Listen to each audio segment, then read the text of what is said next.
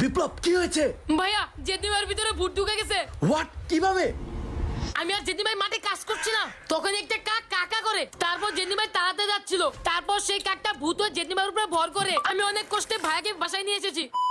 ও এই কাহিনী? হ্যাঁ, আরে দরবেশ বাবাকে আমরা রাস্তা থেকে ধরে আনছি। বল তোর কি লাগবে? আমি অনেক দিন থেকে ভালো মন্দ কিছু খাই না তো ও সরি। আর আমার কাপড় চোপড়ও কিছু নাই, আমার অনেকগুলা কাপড় কিনতে হবে। কি ভূতের কাপড়ও লাগে? ভূত ভাই সরি। আমার এইগুলা কেনার জন্য টাকা লাগবে। নাইট সাহেব জলদি টাকার ব্যবস্থা করুন। কত টাকা লাগবে?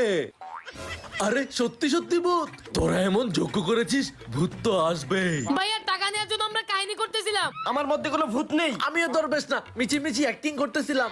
আমিও ভূত না, আমিও তো মিছিমিছি অ্যাক্টিং করতেছি। তোরা কি ভেবেছিস তোদের চালাকি আমি ধরতে পারবো না? আজকে তো তোদের মজা দেখাবো, দাঁড়া। ভাই উঠো। আরে ভাই উঠো, তোমার পাত্রীপক্ষ দেখতে আসতেছে। কি সত্যি? এখন তুই সর।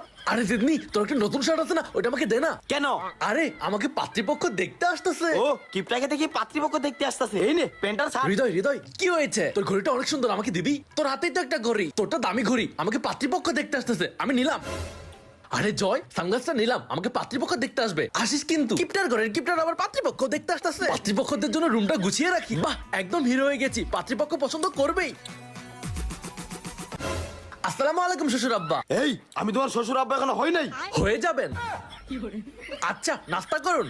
তো বাবা কি করো তুমি? এই রে, আমি তো কিছুই করি না, এখন শ্বশুর মশাইকে কি বলবো? আমার ভাই বিপ্লব যেহেতু বলতে যাচ্ছে, ভালো কিছুই বলবে। আমার ভাই বিশ্বের মধ্যে এক নাম্বার কিপটা আর অলস, সারাদিন শুধু ফোন টিপে।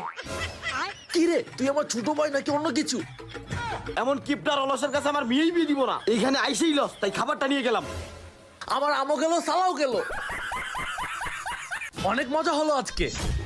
ভাইয়া আমি যেন কি যে পা দিয়েছি, আরে লেবুতে। আল্লাহ গো, কেউ মনে হয় জাদুটোনা করছে। ভাইয়া তাহলে কি আমি মরে যাবো? না ছোট, এমন বলিস না। ওই থেকে একটা দরবেশ বাবা, চল। দরবেশ বাবা। আমি একটা ভুল করে ফেলেছি। চুপ, আমি সব জানি, তুই আর বাঁচতে পারবি না। দরবেশ বাবা এইভাবে বললেন না। তুই আজ মারেগা। এবার ঠিক আছে? একটা উপায় বলে দিন, আমি যাতে মারা না যাই। একটা উপায় আছে। কি বাবা? তোর হাত কেটে ফেলতে হবে। হ্যাঁ, কেটে দিন। এই তোর হাত দে। আহ কি ব্যথা, আহ। বাস, যেই হাতে তুই লেবু ধরেছিলি সেই হাত কেটে ফেলা শেষ, তোর বিপদও শেষ। দরবেশ বাবা, আমি তো ডান হাতে লেবু ধরেছিলাম, আপনি তো আমার বাম হাত কেটে ফেলেছেন। বাকি ডান হাতে কাটতে হবে এখন। আমার দুই হাতে কেটে ফেললো। কোথায় ফেলেছিস? কোথায়? ভাইয়া এখানেই তো লেবু ফেলেছিলাম। খোঁজ, ভালো করে লেবু খোঁজ। এই ভাই একটু এদিকে আসুন। হ্যাঁ ভাই, কিছু বলবেন? এটা কি তোমাদের লেবু? হ্যাঁ, এটাই তো আমাদের লেবু। আমার ছোট ভাই লেবুতে খেলতে খেলতে হারিয়ে ফেলেছিল। তোর জন্য আমার ভাই 2 হাত কাটা লাগলো। আজকে তো তোকে আমি খবর করে ছাড়বো, দাঁড়া। তুমি না বললা ভাইকে দেখে ভয় পাও না, এখন বলো। হ্যাঁ বলছিলামই তো কিছুক্ষণ আগে। আরে জেদনি, একটা খুশির খবর আছে। কি? তাড়াতাড়ি বল। আমরা সব বন্ধুরা কক্সবাজার যাচ্ছি। হ্যাঁ, জলদি তোর ভাইয়ের কাছ থেকে পারমিশন নে। আমার পারমিশন নেওয়া লাগবে না, আমি শুধু বলবো কক্সবাজার যাচ্ছি। তার মানে তুমি বড় ভাইকে দেখে ভয় পাও না? না। আচ্ছা দেখবো নি। তাহলে রেডি থাকিস। ভাইয়া কি? ভাইয়া আসসালামু আলাইকুম। কি হাফ বের হয়ে গেল?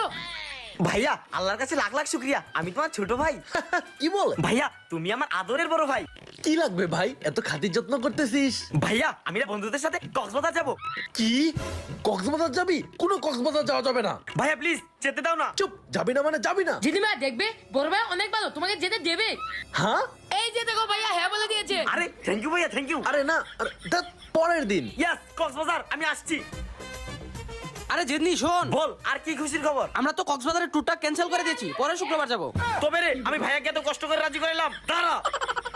এই যুগের ছেলে ভার্সেস আগের যুগের ছেলে স্কুলে যাওয়ার সময় কেমন করতো চলুন দেখে নিই। 2024। বাবা কি হয়েছে মাই সন? বাবা আমি আজকে স্কুলে যাব না, আমি অসুস্থ। দেখি কোথায় অসুস্থ? পেটে ব্যথা নাকি জ্বর আসছে? হাই কি হলো?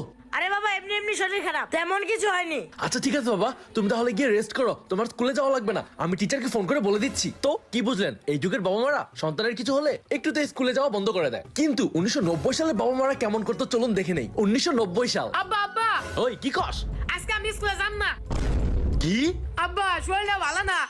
ও আচ্ছা ঠিক আছে, যা তুই বন্ধুদের সাথে খেয়াল গিয়ে তাইলে যা। ঠিক আছে আব্বা। পোলাটা শরীর নেই ভালো না, খেলতে পারবো কিন্তু স্কুলে যাবো না। ওই পোলা, তোর শরীর ভালো না, তুই স্কুলে যাইতে পারবে না কিন্তু তোর বন্ধুদের সাথে খেলতে পারবে।